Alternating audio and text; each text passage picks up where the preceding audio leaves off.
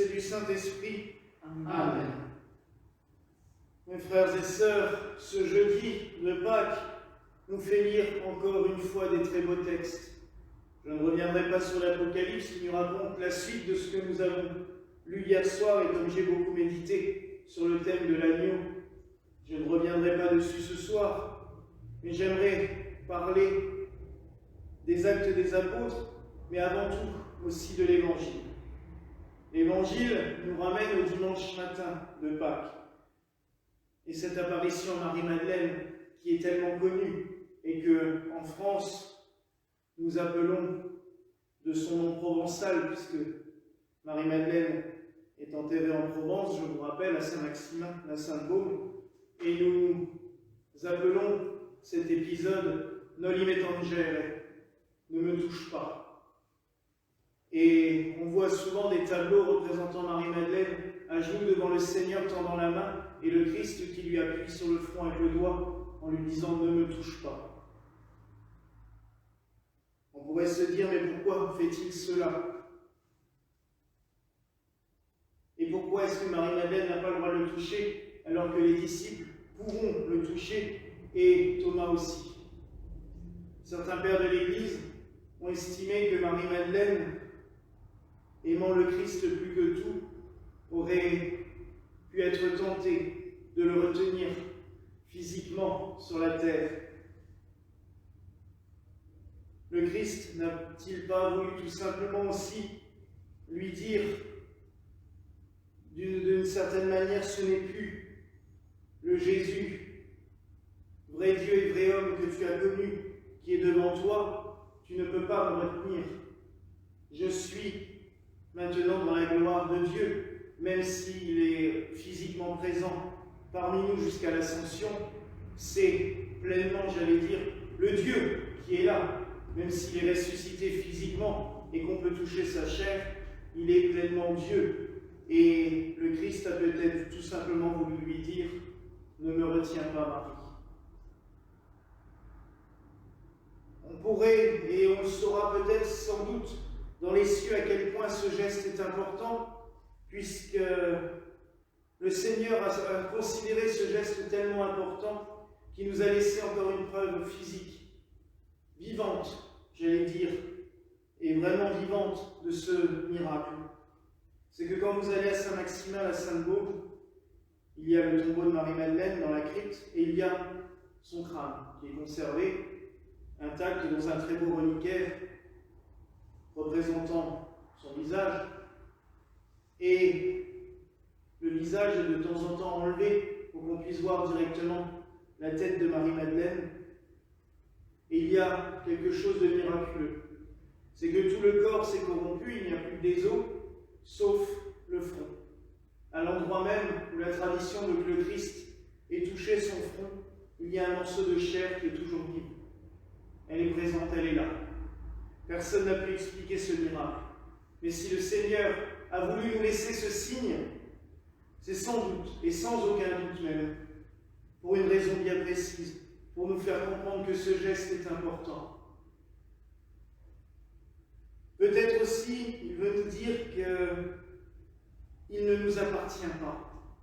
Même s'il s'est fait nôtre, s'il est devenu comme nous, il ne nous appartient pas.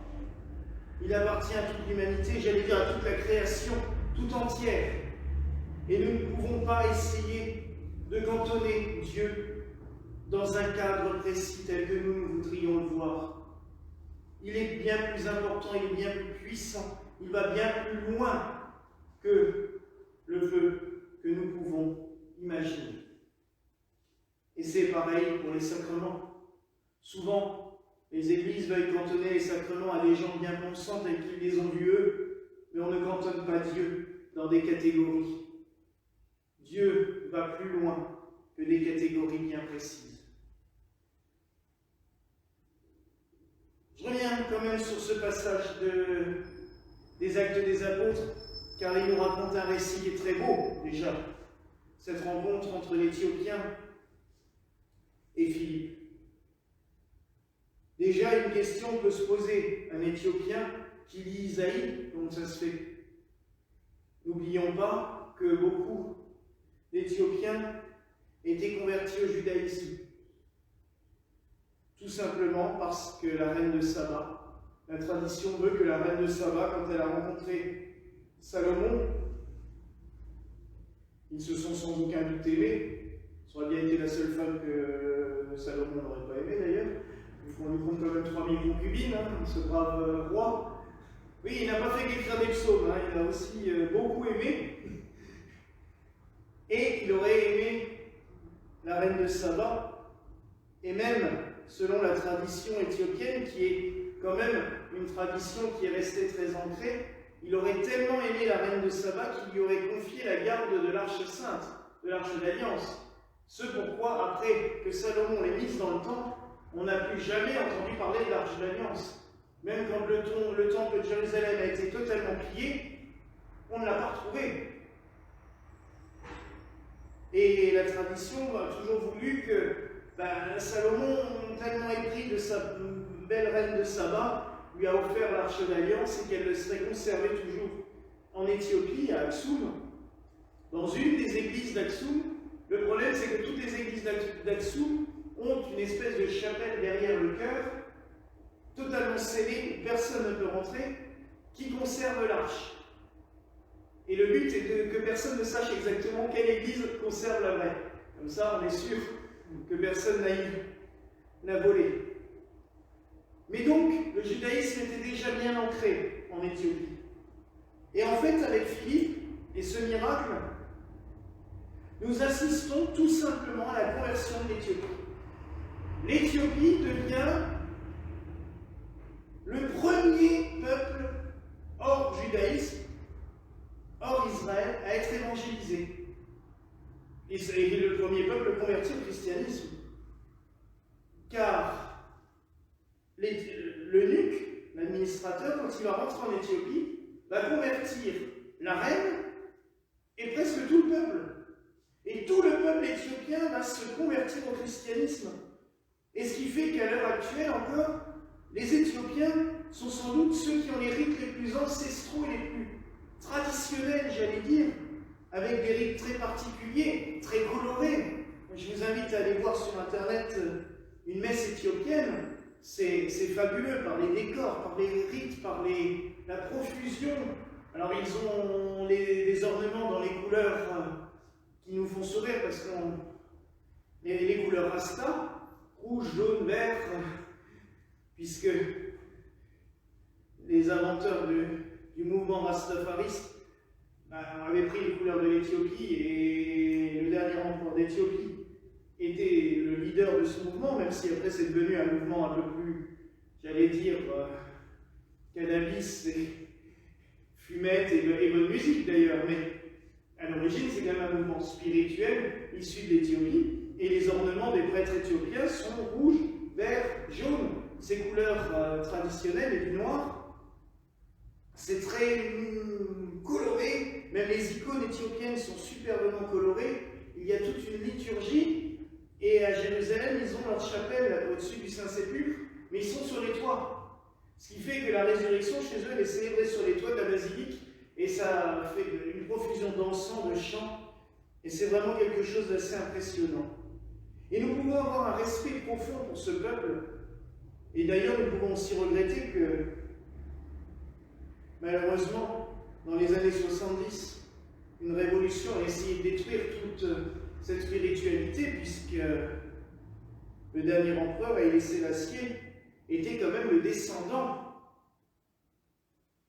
de cette eunuque et de la reine Candace. C'était vraiment le descendant. Et on appelait, c'est très beau aussi, les empereurs d'Éthiopie, preuve que leur lignée remontait déjà au judaïsme, le lion de la tribu de Juda. C'est le nom qu'on donne au Christ et au Messie aussi. Le rejeton de David, le lion de la tribu de Juda. Donc, c'est une spiritualité bien particulière. Et ce texte nous raconte tout simplement la conversion de ce pays, la création de cet empire chrétien, le premier empire chrétien, empire mystérieux, à plus d'un titre. Il y a des légendes sur justement les trésors de la reine de Saba. Et tout cet environnement. Mais ce que nous pouvons retenir de ce texte, c'est que vous voyez comme une simple discussion sur le bord d'un chemin. Quelques paroles échangées. Un questionnement. Philippe qui lui dit « Comprends-tu vraiment ce que tu vis ?» Et ce questionnement va entraîner tout un bouleversement, va entraîner la conversion de cet eunuque dans les 10 minutes. Hein. Parce que si on regarde bien, ils ont discuté quoi 10 minutes? Et il lui dit, mais là il y a de l'eau, baptise-moi. Ça va vite. Mais tout cela va provoquer la conversion d'un pays en entier. Donc quand nous, des fois, nous hésitons à parler de Dieu, ou à parler de ce que l'on connaît, de ce que l'on vit dans notre spiritualité, il ne faut pas. Car des fois, une parole peut bouleverser tout plein de choses. Donc il ne faut pas hésiter à y aller. Il ne faut pas hésiter, j'allais dire, à aller au turbin pour le Seigneur. Il faut parler de ce qu'on ressent. Comme Marie, elle aurait pu très bien rentrer chez elle en se disant j'ai rêvé. Mais non, elle est allée voir les disciples en leur disant mais il est vivant. Je vous rappelle quand même qu'ils ont certainement dû lui rironner vu qu'ils n'ont pas cru. Les disciples d'Emmaüs ont dit oui, il y a des femmes qui l'ont vu ressusciter, mais nous on s'est barré quand même parce qu'on n'y croit pas. Ils le disent à Jésus. Donc, il ne faut pas hésiter à témoigner. Philippe n'a pas hésité, il a converti tout un pays, avec quelques paroles. Alors n'hésitons pas à témoigner du Christ. Vraiment, soyons ses témoins. Et ayons une pensée aujourd'hui, tout particulièrement pour les chrétiens d'Éthiopie, parce qu'ils ne sont pas très libres. Ils font comme ils peuvent, dans les régions reculées, ils y arrivent, mais par exemple à la capitale, à Addis Abeba, c'est toujours très compliqué. Même si on commence à essayer de leur donner une place un peu plus importante, cela reste compliqué dans le régime politique actuel, donc pensons à eux aussi. Mais surtout, n'hésitons pas à témoigner de la foi en la résurrection, car une seule parole peut convertir tout un peuple. Voilà mes frères et sœurs, la grâce que je nous souhaite, au nom du Père, du Fils et du Saint-Esprit. Amen. Et que la paix du Seigneur soit toujours avec vous. Amen.